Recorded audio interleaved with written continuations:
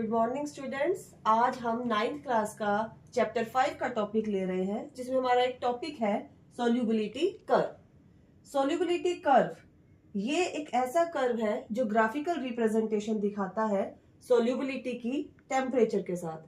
तो पहले तो आपको यही पता होना चाहिए सोल्यूबिलिटी क्या होती है। Solubility is the maximum amount of the solute, मतलब सोल्यूट की मैक्सिमम अमाउंट जिसको हम कंप्लीटली डिसॉल्व कर सकते हैं given amount of the liquid में। मीन्स अगर आपने 100 ग्राम सॉल्वेंट लिया है, उसमें आप कितना maximum amount of solute add कर सकते हैं एट अ फिक्स्ड टेम्परेचर, ताकि वो सैचुरेटेड सॉल्यूशन बन जाए, उसे बोलते हैं सोल्यूबिलिटी। अब सोल्यूबिलिटी को अगर हम टेम्परेचर के साथ डिनोट करें, अब आपको पता है कि टेम्परेचर इंक्रीज करने के साथ सोल्यूबिलिटी भी इंक्रीज होती है, और इसी ग्राफिकल कर्व को बोला जाता है सोल्यूबिलिटी कर्व। इसमें हम वाई एक्सिस पे लेंगे सोल्यूबिलिटी और एक्स एक्सिस पे हम लेंगे टेम्परेचर। यहाँ पे देखिए, यहाँ पे दो कंपाउंड है हमारे पास, कंपाउंड ए, कंपाउंड बी। इनका कंपैरिजन दिखाया गया है सोल्यूबिलिटी कर्व में। मींस ये दिखाया गया है कि दोनों में से किसकी सोल्यूबिलिटी ज्यादा है और एक स्पेसिफिक टेम्परेचर पे कितनी सोल्यूबिलिटी है, और टेम्परेचर इंक्रीज करने के बाद क्या सोल्यूबिलिटी में इंक्रीज हुआ है या नहीं हुआ है। तो सबसे पहले हम कंपाउंड ए लेंगे। आप देखिए कंपाउंड ए में अगर मैं 30 डिग्री का टेम्परेचर ले रही हूँ, यहाँ पे आइए, तो सोल्यूबिलिटी आपको वाई एक्सिस पे जाना पड़ेगा। 50 और 100 के यहाँ पे पड़ रही है। ओके, ये मैंने यहाँ पे राउंड किया हुआ है।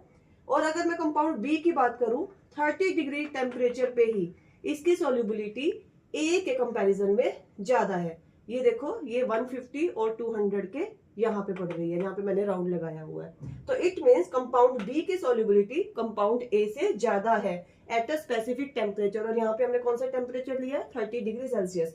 सेम हम यहाँ पे 50 डिग्री पे भी देखते हैं। कंपाउंड ए की सोल्यूबिलिटी आप देखिए यहाँ पे आ रही है 100 के पास, और कंपाउंड बी की सोल्यूबिलिटी 50 डिग्री सेल्सियस पे आ रही है 200 से थोड़ा सा अबव है। लेकिन आप देख रहे हो कि कंपाउंड बी की सोल्यूबिलिटी कंपाउंड ए से क्या है? ज्यादा है। तो पहले तो हमें यही पता चलता है कंपाउंड बी की सोल्यूबिलिटी कंपाउंड ए से क्या है? ज्यादा है। और अगर मैं एक ही कंपाउंड बी की ही बात करूं, 50 और 30, ये 50 पे है सोल्यूबिलिटी, ये 30 पे है, तो अगर मैं इसका गैप देखूंगी तो गैप मुझे इतना मिलेगा अराउंड। और अगर मैं कंपाउंड ए की बात करूं और इसका ही मैं 30 और 50 पे देखूंगी सोल्यूबिलिटी, तो मैं इनका भी कंपैरिजन करूंगी, और ये मेरा कंपैरिजन है। और मुझे ये पता चला है कि कंपाउंड बी जो है उसकी सोल्यूबिलिटी टेम्परेचर इंक्रीज करने पर ज्यादा इंक्रीज हो रही है, और कंपाउंड ए की अगर मैं बी से कंपैरिजन करूं तो टेम्परेचर इंक्रीज करने पर इंक्रीज तो हो रही है सोल्यूबिलिटी, लेकिन कंपाउंड बी के कंपैरिजन में थोड़ा सा कम इंक्रीज हो रही है।